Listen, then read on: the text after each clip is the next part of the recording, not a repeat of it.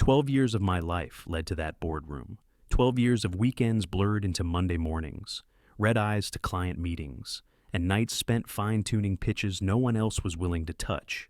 And yet, when she said it, when she dropped that phrase like it was a compliment, I felt something in my chest shift. You're just a little too invested in legacy values. The room went silent, but not in shock. It was the kind of silence that follows a decision already made, the kind where nobody wants to be the first to blink. My name is Daniel Holt. I'm 44 years old.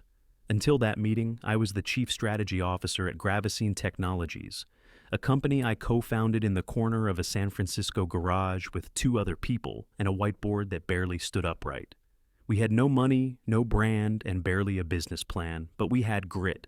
We believed in solving real problems for real clients.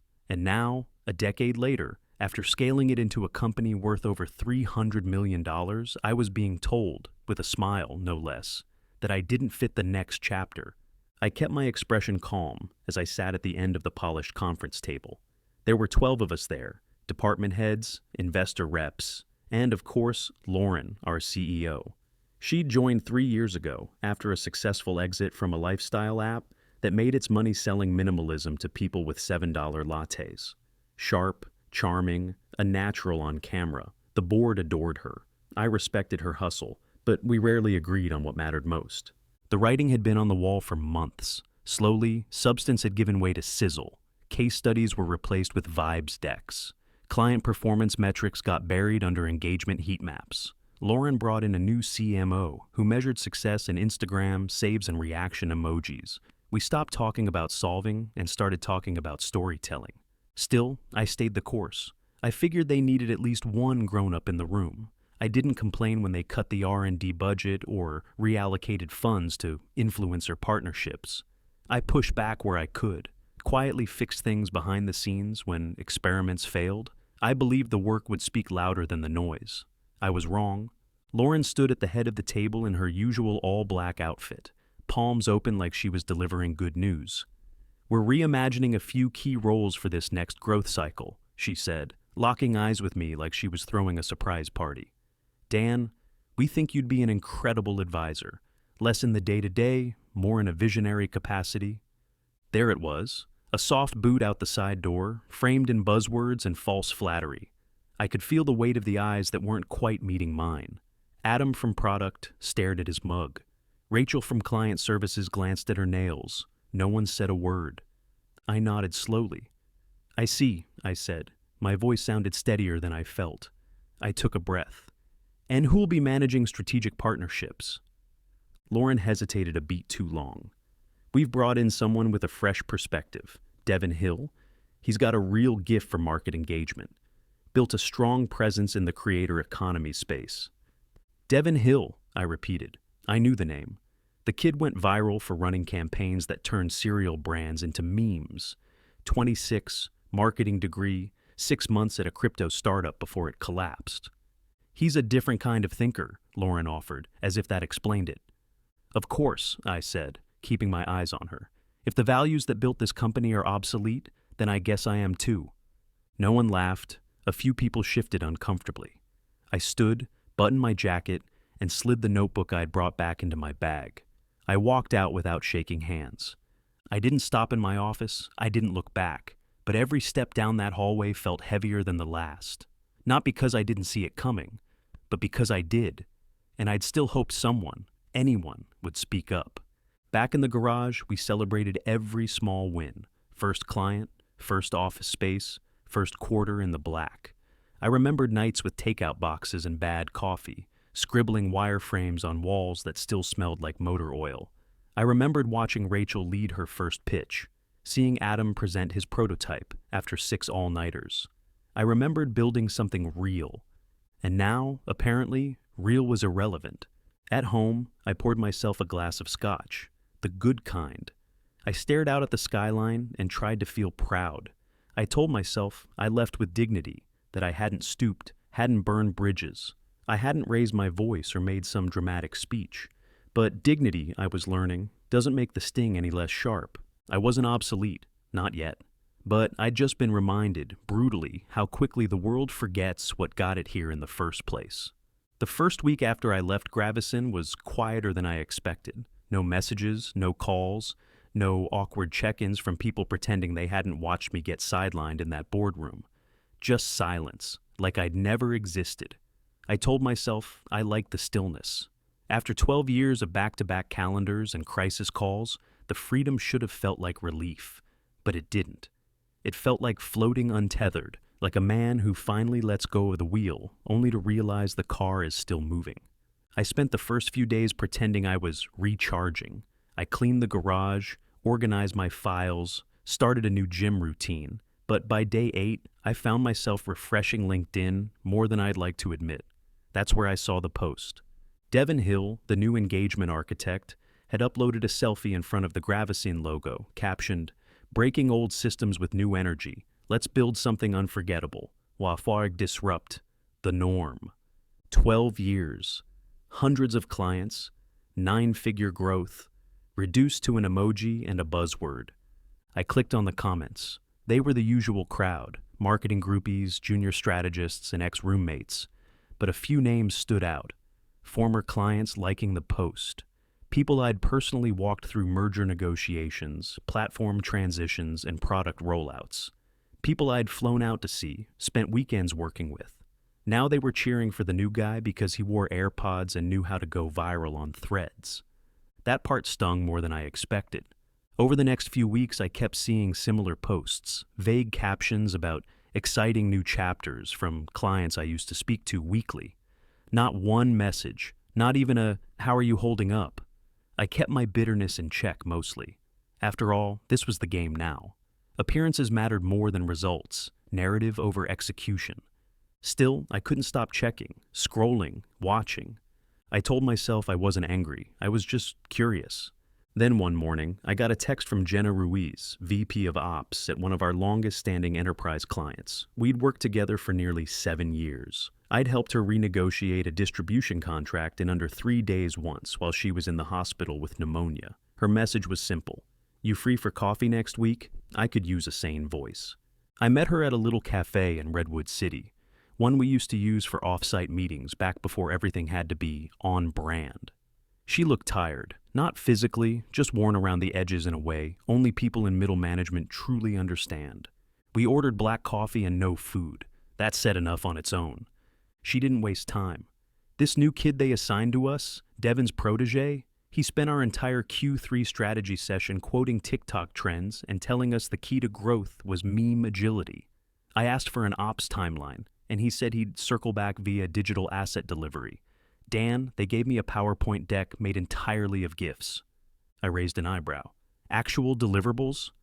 2 weeks late, and when we flagged it, we got a voice note about navigating legacy friction. She rolled her eyes and took a long sip. "I don't need a guru, Dan. I need someone who understands what happens when a logistics partner drops the ball at 4 a.m. in Michigan." I waited a beat before answering. "So, what are you going to do?" She shrugged. "Ride it out, complain up the chain, or maybe switch agencies. Honestly, I'd rather just work with someone who actually gives a damn." Then she looked me dead in the eye. "Are you consulting yet?" The words hit me harder than I expected. I didn't realize how much I'd missed being useful, needed. For weeks I'd been treating my exit like a funeral, and here was someone reminding me the world hadn't ended, just pivoted. "No," I said slowly. "Not officially." She nodded. "Let me know when that changes." We wrapped up 20 minutes later. No hugs, no promises, just the quiet understanding that something had shifted. That night, back in my home office, I cleared off the old bookshelf, packed away the binders labeled Gravison Q 1 through Q4, and the framed photo of our first trade show booth. I opened my laptop, deleted half a dozen half-finished resume drafts, and logged out of LinkedIn. Then I grabbed my keys and drove to the nearest office supply store. I bought a plain black notebook, hardcover, no branding, just blank pages and clean potential. I set it down on the desk, where my old Gravison notepad used to be, took a deep breath. If they think I'm irrelevant, maybe it's time I quietly prove them wrong. I registered the LLC at 1:12 a.m. on a Tuesday. There wasn't a grand business plan or launch strategy, Just a simple idea, and the kind of stubborn resolve that doesn't let you sleep until you do something. I called it Holt and Company, even though there was no company yet. Just me, a battered laptop, and a folding desk in the guest bedroom that still had a half-deflated air mattress shoved against the wall. I spent the first morning designing a logo using a free trial of some online branding tool. Clean, simple, blue, and gray. Understated, like I wanted the work to speak louder than the packaging. I set up a basic site, a Gmail account, and a Google Voice number. No buzzwords, no hype. Just strategy that works. Jenna was my first client. She didn't even ask for a pitch. She just emailed, "Need you to look over a vendor transition plan. Happy to pay your rate. Let me know when you're ready." No questions, no small talk, just trust. We met over Zoom the next day.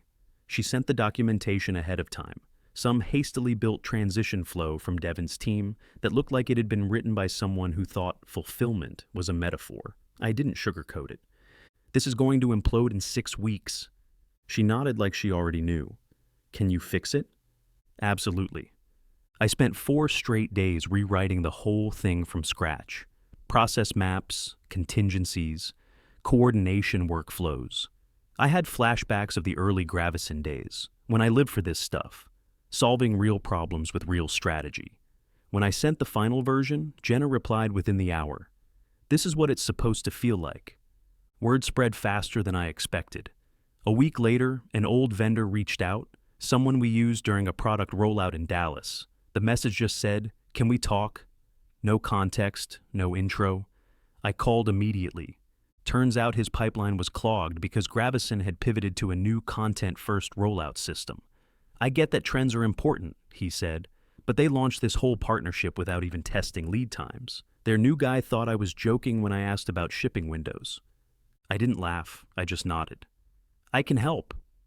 I wasn't building a company yet. I was just doing the work. One project at a time, one phone call at a time. My kitchen table became my command center. Legal pads, flowcharts, contracts, coffee rings.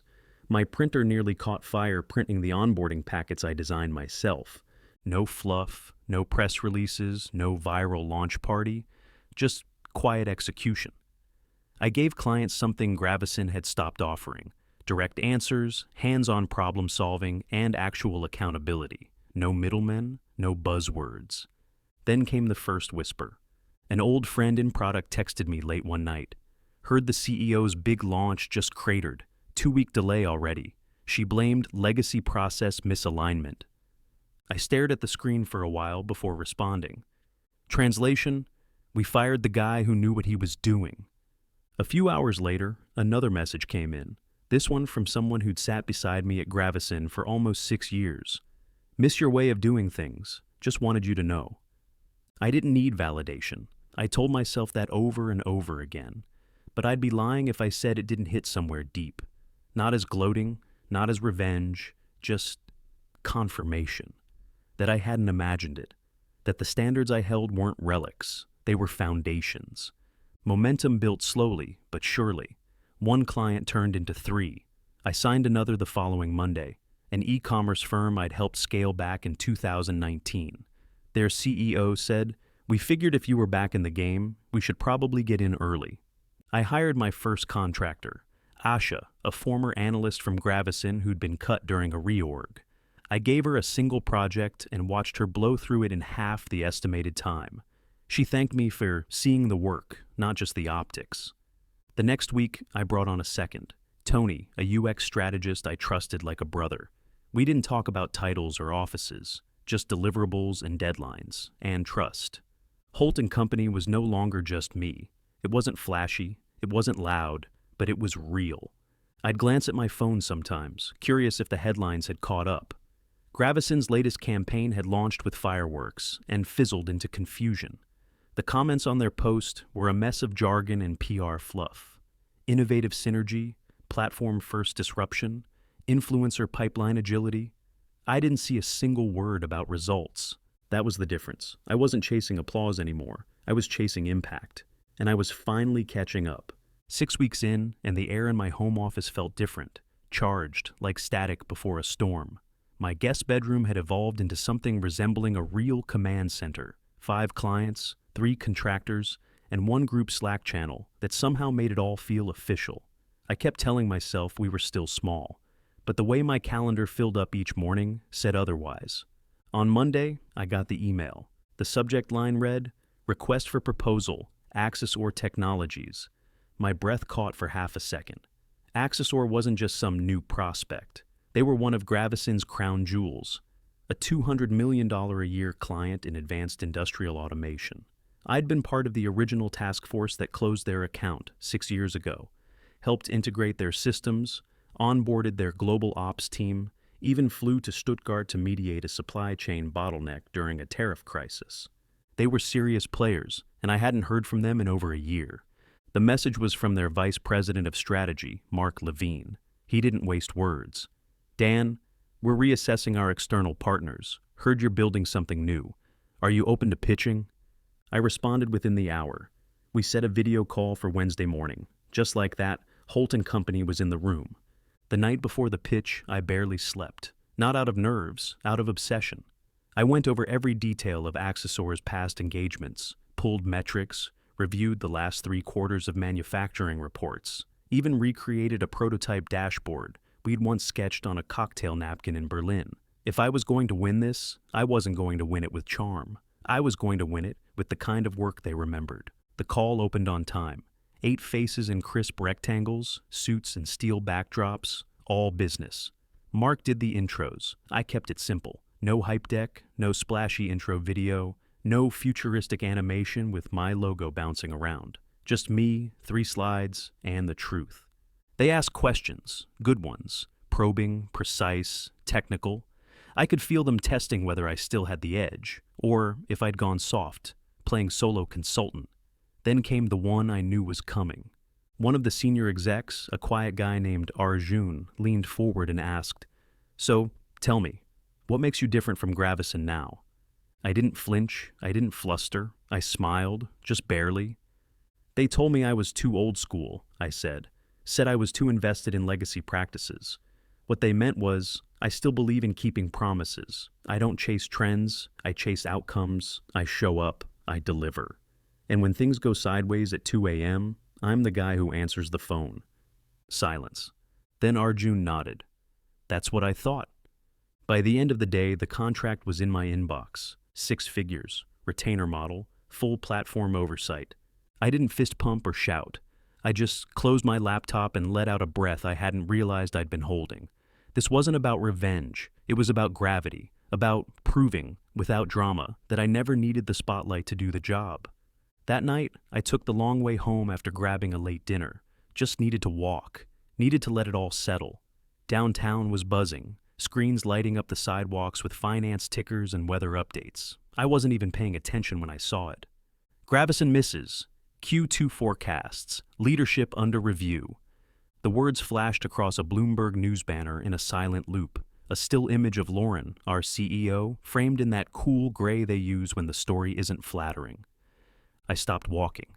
There it was. The machine I helped build sputtering without its engine. I should have felt vindicated. I should have smiled or snapped a photo or texted Jenna something smug. Instead, I just stood there, because that headline wasn't mine to celebrate. It wasn't mine to weaponize. What mattered more was that I didn't need them to fail for me to win.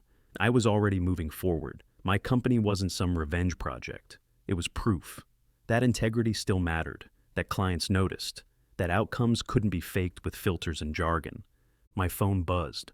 Lauren. Her name lit up the screen, followed by the muted ring of an incoming call. I let it go to voicemail. She didn't deserve the sound of my voice right now. I turned the corner, heading home. The sidewalk was damp with fog and someone was playing jazz through an open window above a bakery. The world moved on, quietly, indifferently. And so did I. The office is quiet, just the way I like it. No music thumping through wireless speakers, no half-scripted, culture-building chants at 9 a.m., no branding slogans hanging from the ceiling in neon, just soft morning light spilling through tall windows and the steady hum of people doing real work. We took the top floor of a modest building downtown, nothing flashy, brick walls, matte floors, exposed beams. From my corner window, I can see the river cutting through the city. The same one I used to drive past in a rush to beat traffic to Gravison's glass fortress. Funny how the view feels wider now, even from lower ground. When I walk in, a few of the team glance up. Some nod, a couple smile. There's no performance, no one scrambling to impress. They're in the zone, building strategy models, analyzing vendor timelines, refining copy that doesn't try to be cute. I don't interrupt. I walk past quietly, coffee in hand. I still brew it myself. No smart mug, no temperature control coaster, no app integration. Just a French press and a chipped ceramic mug from a local shop that says, in neat black print, legacy, not likes. My office isn't large. Desk, whiteboard, a few bookshelves that aren't full yet. There's a framed blueprint of our first pitch deck, real pitch deck, not one of those flashy animations with kinetic typography and a soundtrack. Just clean slides, bullet points that meant something. The desk has 2 notebooks, one closed, my old Gravison one, shoved into a drawer I almost never open. The other sits open in front of me. Half the pages are filled now. Contracts, roadmaps, deal points, ideas. Most of them scribbled late at night after client calls or sketched out on napkins between meetings. 6 months ago, I walked out of a boardroom with nothing but my name, my ethics, and a quiet fire in my chest. Now, Holt & Company has a dozen clients and a team of 9. We don't have a press division, no growth hackers, no community architects. But we've delivered 7 product launches, 3 crisis rollbacks, and a customer retention rate that makes even our old investors raise their eyebrows. The numbers are boring, that's the point. This week, one of the younger employees, Chelsea, a whip-smart data analyst we brought on last month, asked if we should be doing more press. You know, build the brand, get the name out there, visibility. I told her gently, let the work speak. She smiled. I think she got it. I checked my messages before diving into today's calls. Most of them were what you'd expect, meeting invites, client notes, 2 project updates. But one caught my eye. It was from David Ng. He used to sit 2 chairs down from me at Gravison's product table. Sharp guy. Never said much in meetings, but he listened better than most. His message was short. Saw what you're building. Just wanted to say, you inspired more people than you knew. Watching you walk out with your head up that day, it meant something. I thought you should know. I sat with that one for a minute. We don't get a lot of those. The world moves too fast. Recognition usually comes with strings, clicks, likes, reposts. But this was clean, quiet, honest. I didn't reply right away. I didn't need to. That message wasn't about him. It wasn't even about me, really. It was about the space in between, the part most people overlook, the part where you don't grandstand or gloat. You just keep showing up. My phone buzzed again. Unknown number. I let it ring. Voicemail. Later, I checked it. A woman's voice, smooth, practiced. A journalist from a major tech outlet. Said she was doing a story on post-corporate resilience and wanted to feature my comeback. Called it a rare example of quiet leadership in the age of noise. I deleted the voicemail. Not because I was bitter, not even because I didn't appreciate the offer, but because I didn't need it. My story wasn't a comeback, it was a continuation. The media loves arcs, collapses, phoenix from the ashes narratives. But sometimes there's no crash. Sometimes you just keep walking while everyone else's music gets too loud to hear themselves think. I sipped my coffee. Warm, earthy, unremarkable, but it did the job. At 9 o'clock sharp, I opened my notebook, glanced at today's schedule, and smiled. 9 years ago, I helped close Accessor in a hotel bar using a napkin sketch and a handshake. Last week, we re-signed them, under my own company, no theatrics, just numbers, performance, and respect. They wanted me gone, but I was never done, just underestimated.